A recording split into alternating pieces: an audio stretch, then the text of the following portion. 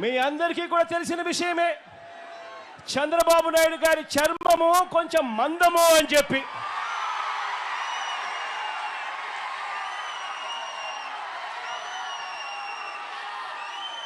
దున్నపోతు మీద వర్షం పడినా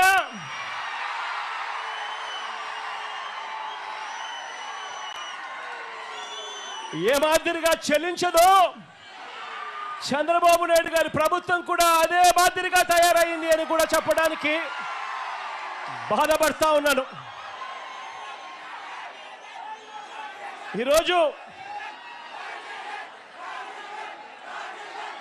ఈరోజు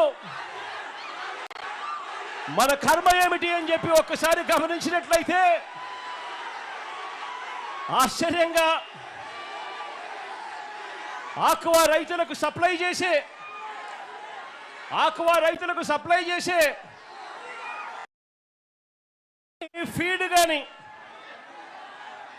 చివరికి పంట కొనుగోలు కానీ, చివరికి ప్రాసెసింగ్ కానీ, ఈ ప్లాంట్లన్నీ కూడా చంద్రబాబు నాయుడు గారి సానుభూతి పరులకే ఇవన్నీ కూడా ఉండడం ఈ రాష్ట్రంలో రైతాంగం చేసుకున్న కర్మ.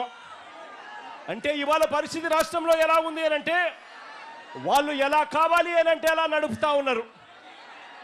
సీడు కొనేటప్పుడు సీడు రేటు ఎంతో వాళ్ళే నిర్దేశిస్తారు. ఫీడ్ కొనేటప్పుడు ఫీడ్ రేట్ ఎంతో కూడా వాళ్ళే నిర్దేశిస్తారు.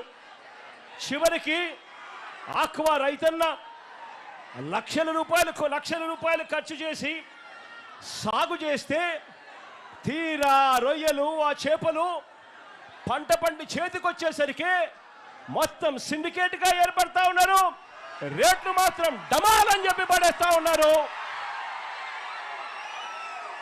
ఈ రాష్ట్రంలో చంద్రబాబు నాయుడు గారి సానుభూతి పరుల సిండికేట్ ఈరోజు ఈ రాష్ట్రాన్ని నడిపిస్తూ ఉంది. ఇలా రైతుల బతుకుల్ని ఈ సిండికేట్ చేతుల్లోనే నలిగిపోతా ఉన్న పరిస్థితులు ఈ రాష్ట్రంలో మనందరికీ కూడా కనిపిస్తూ ఉన్నాయి, మన కళ్ళ ఎదుటే. చంద్రబాబు గారు ఈ సీట్లోకి వచ్చారంటే చాలు, ఈ సిండికేట్కు పండగే పండుగ.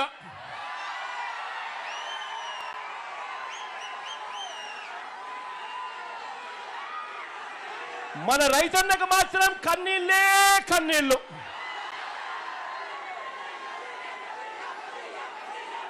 ఇలాంటి పరిస్థితి ఈ రాష్ట్రంలో ఉంది.